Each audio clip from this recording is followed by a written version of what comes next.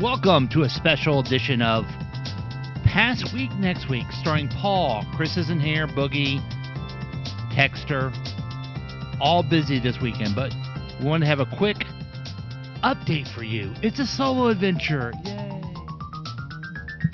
And we're going to do the news quiz, because the news quiz, see, here's the thing. We promise you that you don't need any other information outlet to know what's going on in the week, and here's what I'm worried about. I'm worried that we didn't have the show last week.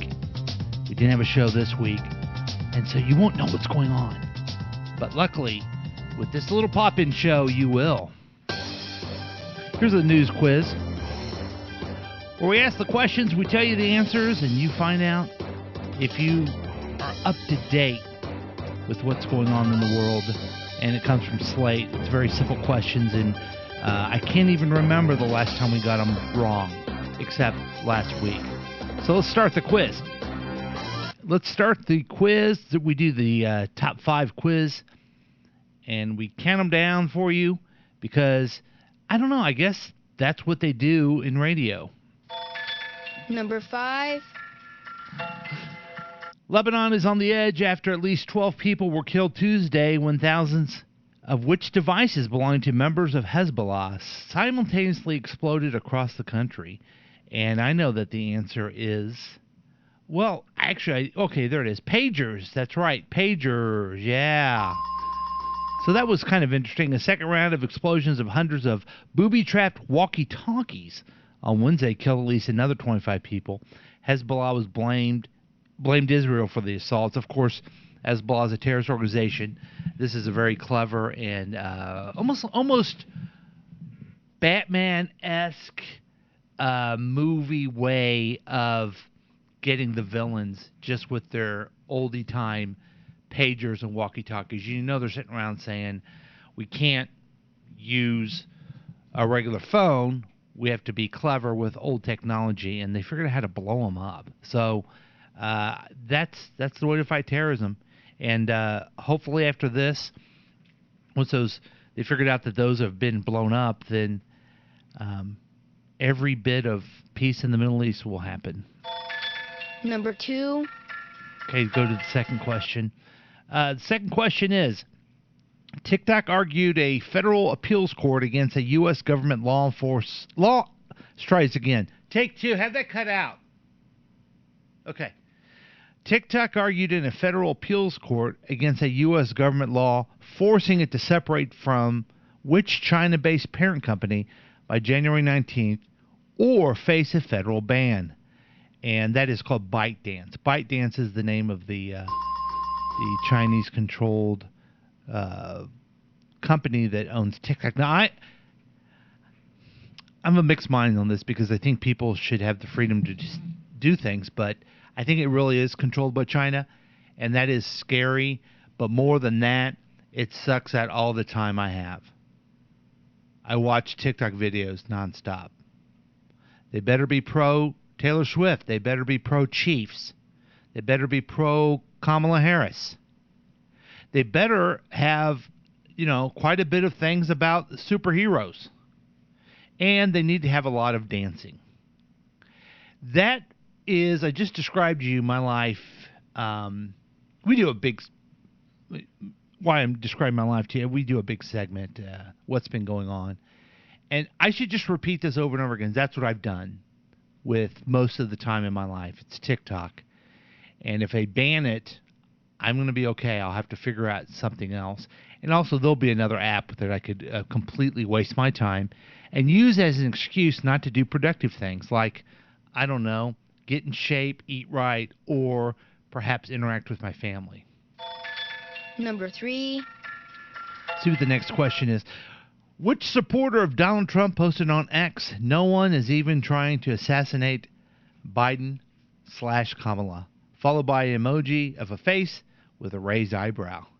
That's right. That's we called him first Leon Musk, but his name is Elon Musk, and he's whacked out of his mind.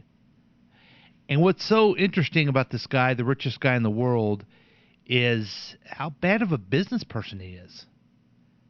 See, he's a really talented engineer, and has made some very successful moves technologically in his life. So that makes him think that he knows everything else in the world that there is. I'm glad I never fallen into that trap. I've never actually been successful at any little thing. So I don't really think I'm good at business or anything else because, it doesn't change my mind on things. And so overall, I'm consistent. Everything I touch turns to shade. Everything I touch turns to shade. Oh yeah. Everything I touch turns to shade, and you don't care. Moving on with the Number 4. news quiz number 4. Let's see what they have for us. The Coast Guard will hear 2 weeks of testimony from former employees of Ocean Gate as part of its probe into the explosion of which submersible? Okay, I know it's the submersible that tried to go find the Titanic and just basically blew up or compressed, or it was terrible, but I don't know the name of it. The choices are Luna, Neptune, Titan, Turk. I feel like it's Luna. And it's bad because I can't. Usually when we do this, if I feel like it's something but I don't know, I rely on the other guys, and then they get it wrong, and I'm all like, you did it wrong, thinking I did everything right. I don't have anybody there today. I'm by myself. Up. And the answer is, oh boy. The answer is Titan. Titan. The Titan imploded in June 2023, killing 5 people.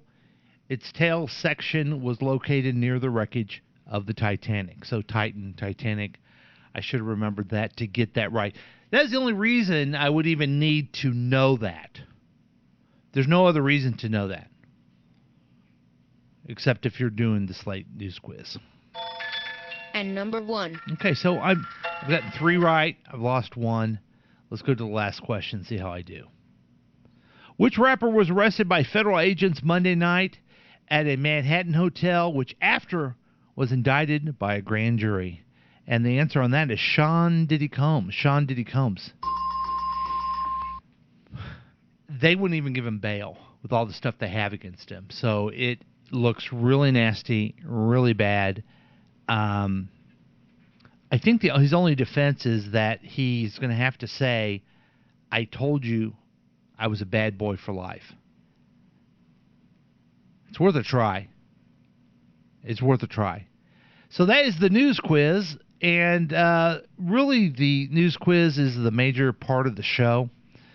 We've been on for a few minutes, and I got 4 out of 5 correctly. Clearly, the reason I didn't have the other one right is because of the fake news media. And it basically shows that when Chris, Boogie, and the Texter are here, I don't really need them to answer all the questions completely correct. But that's the news quiz, and you're up to date. One thing that's most important is I want to get the word out again about Comedy Night, October 2nd at the Lakewood Local. And let's get the graphic up.